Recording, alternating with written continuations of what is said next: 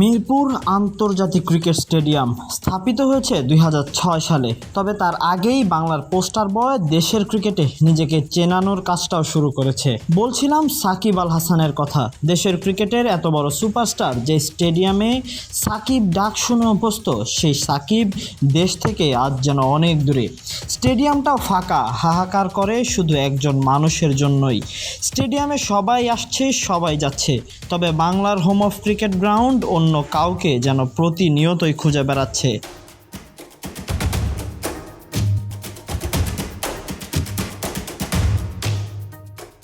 গেল বছর মে মাসেই সাকিব খেলেছিলেন গ্যালারি থেকে সাকিব সাকিব চিৎকারটাও শোনা গিয়েছিল।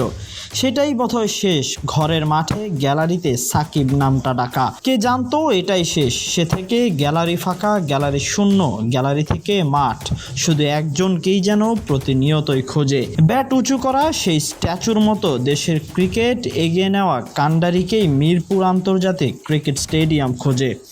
গ্যালারি পরিপূর্ণ হওয়ার অপেক্ষায় দিন গুনে যেন এই মিরপুর স্টেডিয়াম।